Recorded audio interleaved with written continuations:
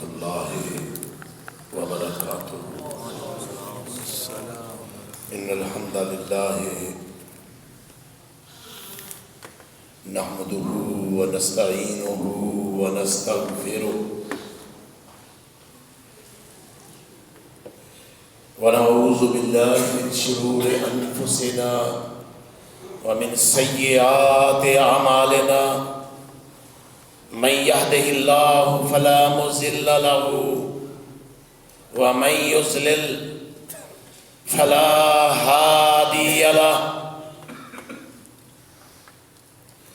وأشهد أن لا إله إلا الله وأشهد أن محمدا عبده ورسوله، أما بعد فإن خير الحديث كتاب الله وخير الهدي هدي محمد صلى الله عليه وسلم، وشر الأمور محدثاتها وكل محدثة بدعة وكل بدعة ضلالة وكل ضلالة في النار، أما بعد فأعوذ بالله من الشيطان الرجيم، بسم الله الرحمن الرحيم، إن عدة الشهور عند الله 12 شهرا في كتاب الله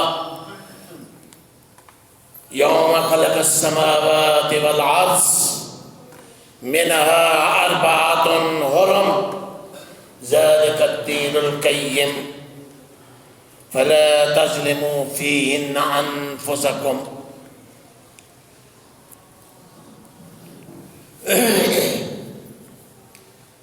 سب تعریفیں، بزرگییں، بڑائییں اور عظمتیں اس اللہ وحدہ لا شریک کے لیے ہیں جس کا کوئی ثانی نہیں ہے، جس کا کوئی مقابل نہیں ہے، جس کا کوئی ہمسر نہیں ہے، جو اکیلا ہے، وحدہ لا شریک ہے،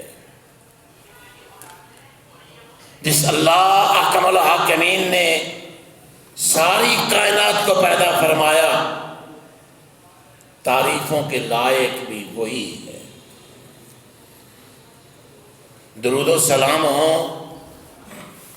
ہادی برحق، رحمت دو عالم، امام الانبیاء، سید الانبیاء، جناب محمد الرسول اللہ صلی اللہ علیہ وآلہ وسلم کی ذات مبارکہ پر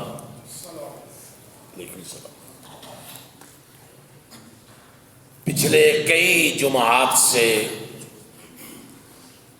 تواتر کے ساتھ طہارت، اس کا طریقہ، نماز، اس کی فضیلت اور اس کا طریقہ بیان ہو رہا تھا۔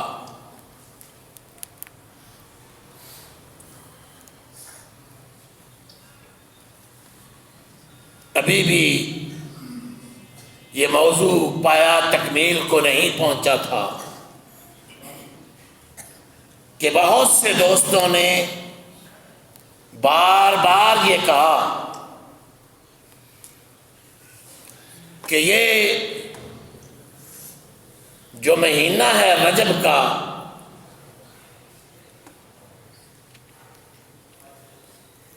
اگر اس کے فضائل بیان کر دیے جائیں اور جو اس مہینے میں بدعات ہیں جن کا تذکرہ نہ اللہ احکم الحاکمین نے قرآن مجید میں بیان کیا ہے، نہ ہی کسی صحیح حدیث میں ان بدعات کا ذکر ہے،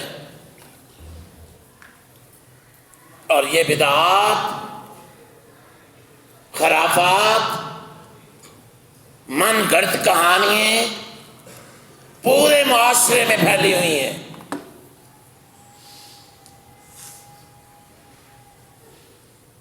اور ایک مسلمان ہونے کے ناطے اسلام جیسا عظیم ترین دین جس کے بارے میں اللہ احکم الحاکمین نے فرما دیا ہے ان الدین عند اللہ الاسلام، اگر اللہ کے نزدیک کوئی دین ہے تو وہ صرف اسلام ہے، اسلام کے علاوہ کوئی دین اللہ کا پسند نہیں ہے۔ اور ایمان والے بھی یہ جو ہے نا ہم آہنگی مذاہب، یہ شر پسندوں کا خیال ہے، یہ شر پسند ٹولے جو ہیں یہ اس بات کا درس دے رہے ہیں کہ جتنے بھی مذاہب ہیں سب کی تعان جو ہے یہ اللہ سے ملتی ہے، لہذا سارے مذہب ٹھیک ہے، کسی کو برا مت کہو۔ اور پورا قرآن اس سے بھرا پڑا ہے،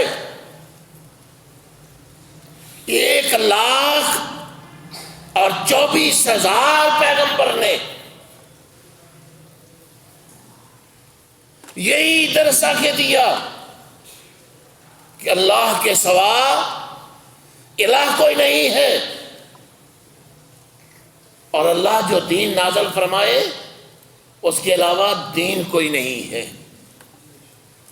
اور پیغمبر جو کچھ لے کر آئے اس کے علاوہ کسی غیر نبی کی بات کو ماننا یہ بہت بڑی گمراہی ہے،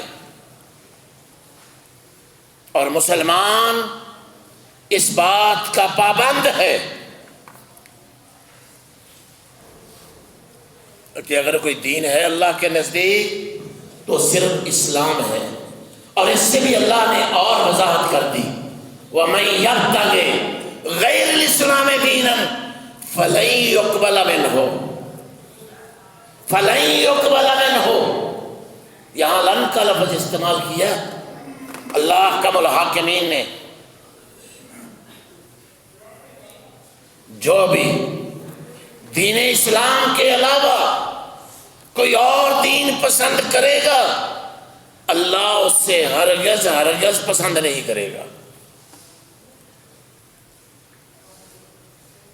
گویا کہ اللہ احکم الحاکمین نے ہر ذی شعور جو اللہ کو ماننے والا ہے، اللہ کی شریعت کو ماننے والا ہے، پیغمبر اسلام نبی کریم صلی اللہ علیہ وسلم پر ایمان لانے والا ہے، وہ اللہ اور اس کے رسول کے دین کے علاوہ کسی دین کو نہیں مانتا۔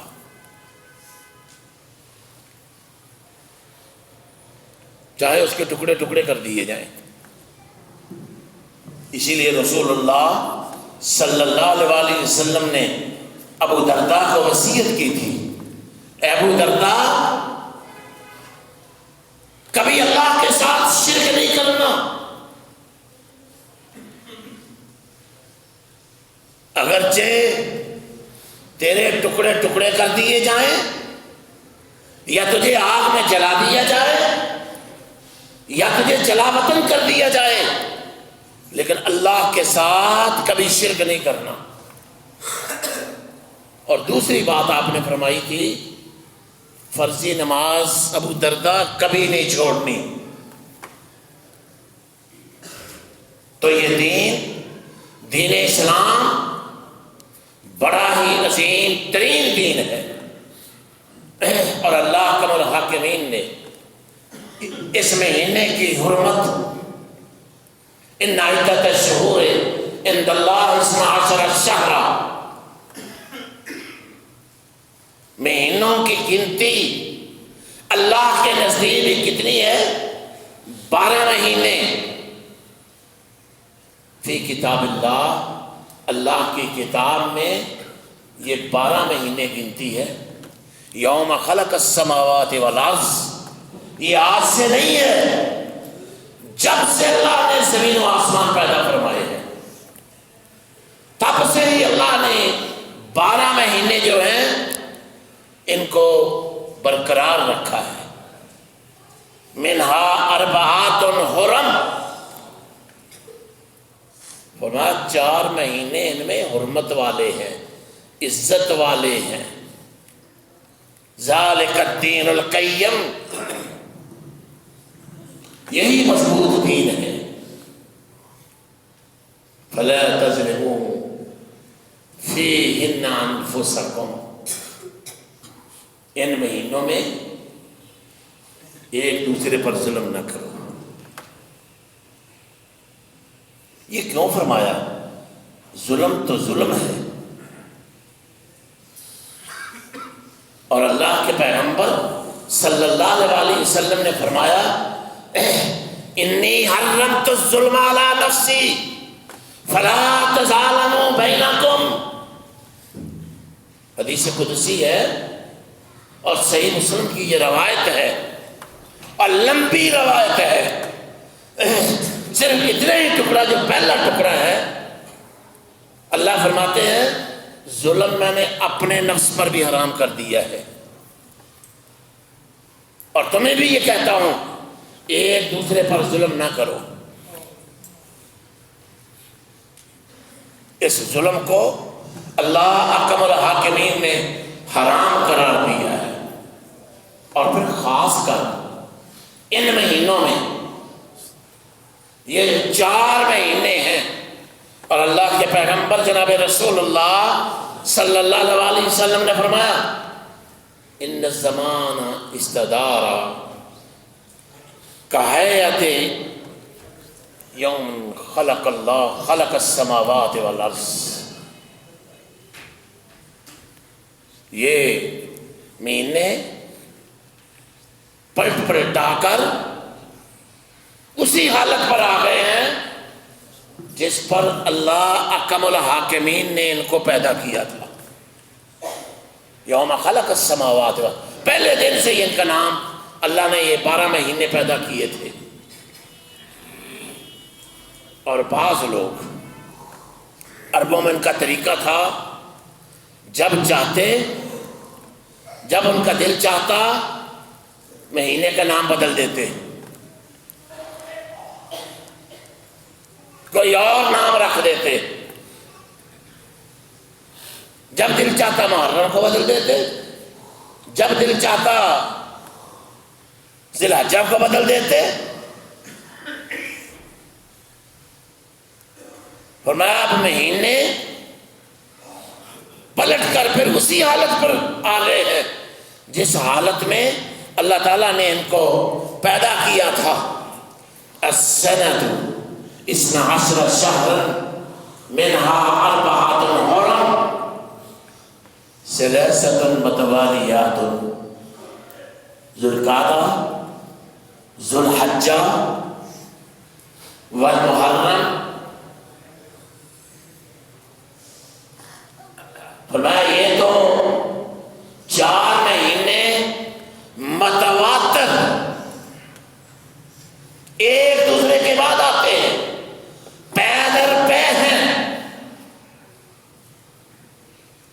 ذو القعدہ یہ بھی حرمت والا مہینہ ہے، ذو الحجہ یہ بھی حرمت والا مہینہ ہے، محرم یہ بھی حرمت والا مہینہ ہے، اور فرمایا ورجب مضر، اور رجب کا مہینہ مضر کیوں کہا ہے اس کو؟ مضر عربوں میں ایک قبیلہ بڑا مشہور تھا،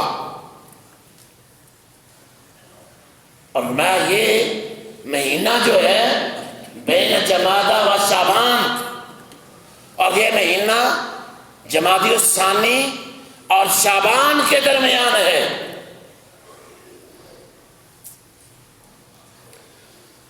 یہ مضر قبیلے کا اس مہینے کے ساتھ اس لیے اللہ کے پیغمبر صلی اللہ علیہ وآلہ وسلم نے ذکر فرمایا کہ یہ رجب کی بہت زیادہ تعظیم کرتے تھے. اس مہینے بدعات کرتے، خرافات کرتے، اپنے بتوں کے نام ذبیحے دیتے. تو یہ اس کی حرمت میں، بدعات میں اور خرافات میں بڑھ چڑھ کر حصہ لیتے تھے.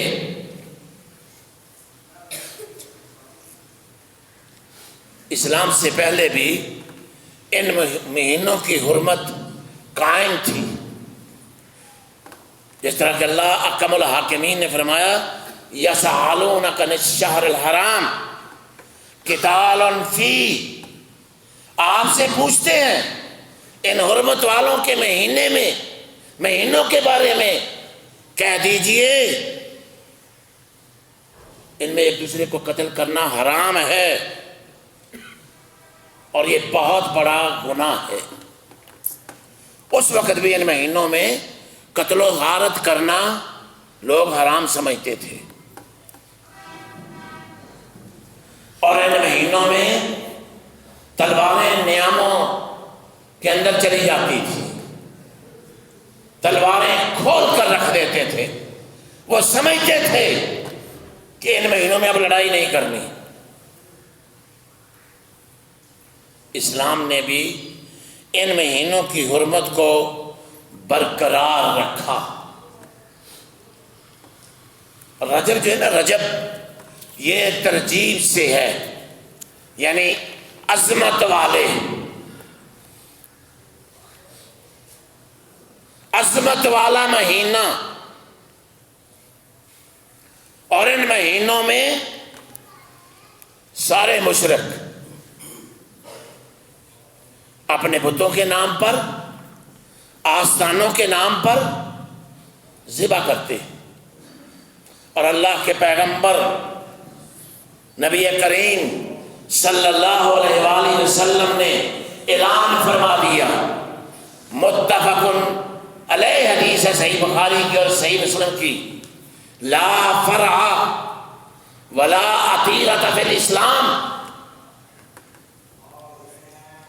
نہ فرع ہے نہ عتیرہ ہے اسلام میں، نہ فرع ہے نہ عتیرہ ہے.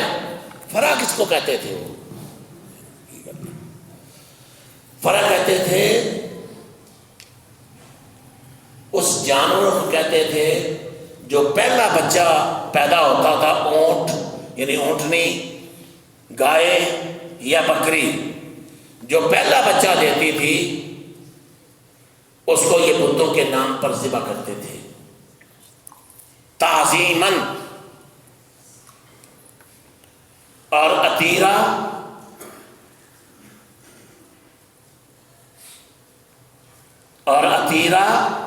اس جانور کو جو جانور ان کو پسندیدہ ہوتا وہ قبروں پر اور آستانوں پر اور اپنے بزرگوں کے آستانوں پر جا کر یہ ذبح کرتے. تو اللہ کے پیغمبر نبی رحمت جناب رسول اللہ صلی اللہ علیہ وآلہ وسلم نے ان دونوں کو فرمایا کہ اسلام میں ان کی کوئی گنجائش نہیں ہے. اس حدیث سے صریح اس بات کا پتہ چلتا ہے، وضاحت کے ساتھ اللہ کے پیغمبر جناب رسول اللہ صلی اللہ علیہ وآلہ وسلم نے یہ بات بتلا دی کہ غیر اللہ کی نظر و نیاز دینا، غیر اللہ کے نام کا ذبح کرنا اور غیر اللہ کے در پر جا کر ذبح کرنا یہ حرام ہے. حضرت علی رضی اللہ تعالیٰ عنہ فرماتے ہیں کہ اللہ کے پیغمبر جناب رسول اللہ صلی اللہ علیہ وآلہ وسلم نے ارشاد فرمایا، لعن اللہ من ذبح لغیر اللہ، لعن اللہ من ذبح لغیر اللہ، اس پر اللہ کی لعنت ہو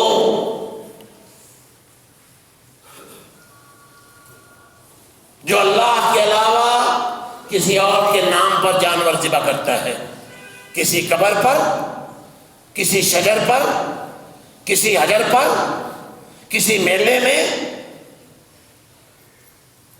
اور فرمایا لعن اللہ من غیر منار الارض،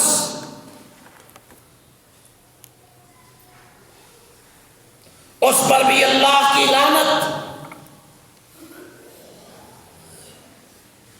جس نے زمین کی حدود کو بدل دیا، کسی اور کی زمین پر قبضہ کرتا رہا، قبضہ گروپ مافیا، چاہے اپنی بہنوں کا حق ہی کھا جائے۔ فرمایا یہ بہت بڑا گناہ ہے۔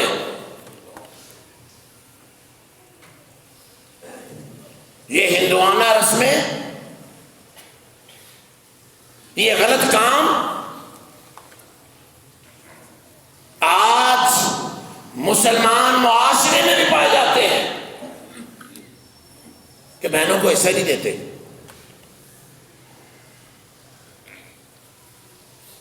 سمجھتے ہیں کہ بہنوں کو نہیں دینا، یا تو یہ خیال ہوتا ہے یہ دوسری برادری میں چلے جائے گا، یا کئی ماں باپ یہ تصور کرتے ہیں ہم نے تو اتنا جہیز دیا اور اتنا خرچ کیا۔ ایک شخص مجھے کہنے لگا جی ہم نے تو یہ 1988 کی بات ہے جی 20-20 لاکھ 25-25 لاکھ ہم نے ان پر خرچ کیا۔ میں نے کہا 10 کروڑ بھی اگر خرچ کر دو پھر بھی وہ تیری جائیداد کی حصے دار ہوگی۔ تجھے شریعت نے یہ نہیں کہا کہ تم پر اتنا خرچ کرو اتنا خرچ کرو۔ آپ سب جانتے ہیں صداق کس کو کہتے ہیں، حق مہر کس کو کہتے ہیں۔ ابھی خاوند اپنی بیوی کو ابھی گھر لے کے نہیں جاتا، پہلے جو حق مہر مانگے فرمایا وہ ایک سونے کا ڈھیر بھی اگر مانگ لے تو اس کو دینا پڑے گا۔ جو بندہ پہلے ہی اپنی بیوی کو اپنے گھر لے جانے سے پہلے ہی اس کی اعانت کر رہا ہے، اس کو حق مہر دے رہا ہے، یہ واجب ہے اس پر، وہ اس کا کفیل ہے۔ یہ نہیں کہ عورت میرا گھر بھرے، جہیز سے میرا گھر یہ نہیں لائی وہ نہیں لائی جاؤ چلی جاؤ، یہ سب حرام ہے اور ہم سب اس میں ملوث ہیں۔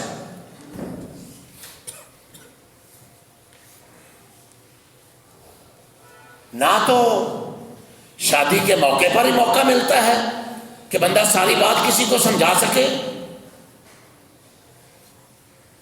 اختلافی باتیں، لڑائی جھگڑے کی باتیں، مولوی ایک دوسرے کو گالی دینے میں، اسٹیجوں پر ممبر رسول پر چل کر گالیاں دیتے ہیں، لیکن آداب نہیں سکھلاتے، اسلام کے آداب نہیں ہم سیکھتے کہ یہ اسلام، یہ دین کتنا بہترین دین ہے جو اللہ نے ہمیں عطا کیا ہے، اور ہم کہاں جا رہے ہیں کہ اپنی بہنوں کا حصہ کھا جاتے ہیں، اپنی بیٹیوں کو محروم کر دیتے ہیں۔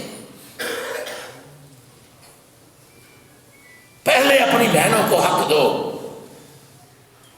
اس میں کوئی فرق نہیں ہے کہ یہ بھائی تو کروڑ پتی ہے اور یہ بیچارہ غریب ہے۔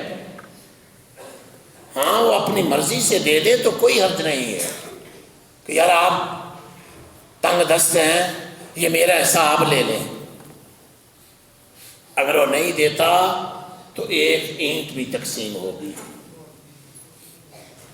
اور ہم یہ کرنے کے لیے تیار نہیں ہیں۔ خیر یہ تو لمبی بات ہے، اور بات ہے کہ آج بھی کتنے ظلم ہو رہے ہوتے ہیں،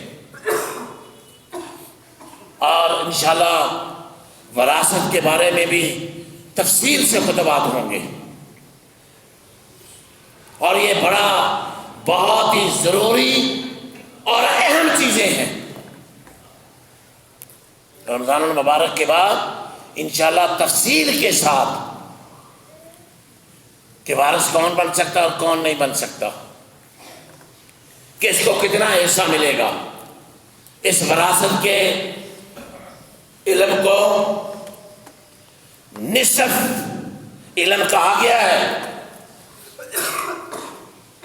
تو برکیف اللہ اکبر فرمایا لعن اللہ من لعن والدہ، اس پر بھی لعنت ہو جو اپنے والد کو لعنت کرتا ہے۔ آج یہ وتیرہ بڑا عجیب و غریب ہو گیا ہے۔ حدیث تو آپ نے سنی ہے، صحابی نے عرض کی یا رسول اللہ اگرچہ قصور والد کا ہی ہو، فرمایا ان ظلما ہو وان ظلما ہو، ہاں اگرچہ باپ ظلم کر رہا ہو اور قرآن یہ کہتا ہے کہ تم اس کو اف بھی نہ کہو، ولا تقل لهما اف ولا تنہرهما، جھگڑو اس کو ڈانٹ ڈپٹ بھی نہ کرو، اور تم ایسا کیوں کر رہے ہیں، تو نے میرے لیے کیا بنایا ہے۔ فرمایا والد کو لعنت کرنے والے پر بھی اللہ کی لعنت ہو، اور چوتھی بات آپ نے فرمائی لعن اللہ من آوى محدثا، اس پر بھی اللہ کی لعنت ہو جو بدعت کرنے والے کو جگہ دیتا ہے۔ بدعت نئی چیز کو کہتے ہیں، اسلام میں نئی چیز، کوئی چیز اپنی طرف سے گھڑ لینا۔ فرمایا بدعتی کو جگہ دینے والا بھی، اس پر بھی اللہ کی لعنت ہو، اتنا بڑا گناہ ہے بدعت۔ اس لیے اور میرے پیارے بھائیوں، اس لیے کہ اسلام مکمل ضابطہ حیات ہے، اور اللہ کے پیغمبر نبی رحمت جناب رسول اللہ صلی اللہ علیہ وسلم نے یہ اصول وضع کر دیا۔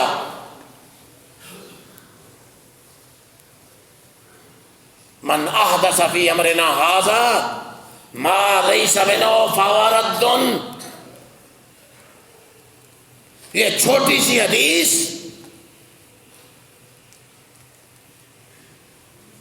دین اسلام کی اصل الاصول ہے۔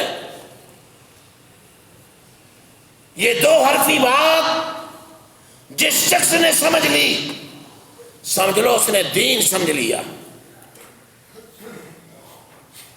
من احدث فی امرنا ھذا، جس نے کوئی نئی بات ہمارے اس دین میں، ہمارے اس معاملے میں جو حکم میں نے دیا ہے، کون کہتے ہیں؟ کائنات کے امام الانبیاء، سید الانبیاء جناب محمد الرسول اللہ صلی اللہ علیہ وآلہ وسلم، اتھارٹی ہیں وہ۔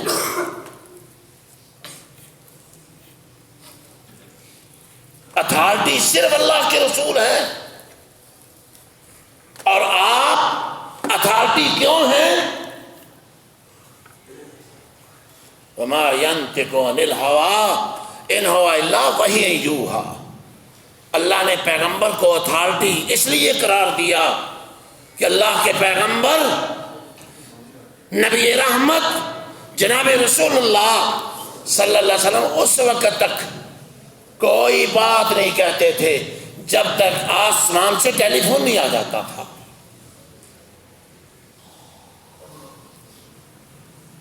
یا ایھا الرسول بلغ ما انزل الیک من ربک فإن لم تفعل فما بلغت رسالتہ۔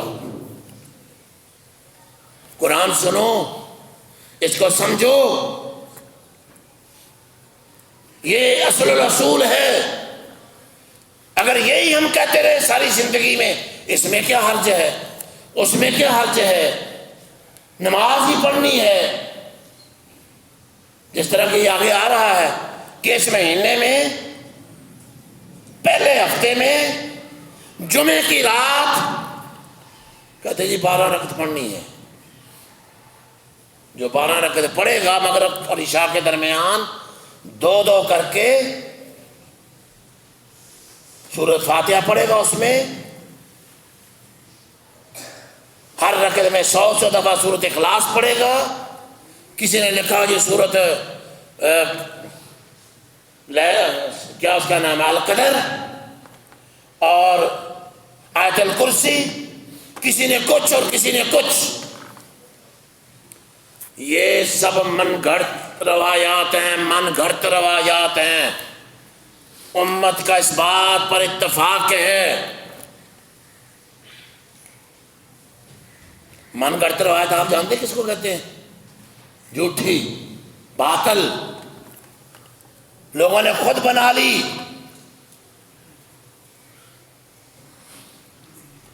آپ کا یہ فرمان بھی سونے کے پانی سے لکھنے کے قابل ہے.